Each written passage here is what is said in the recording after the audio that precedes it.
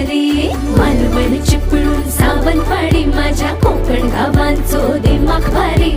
दिसते भारी गणपतीची स्वारी माझ्या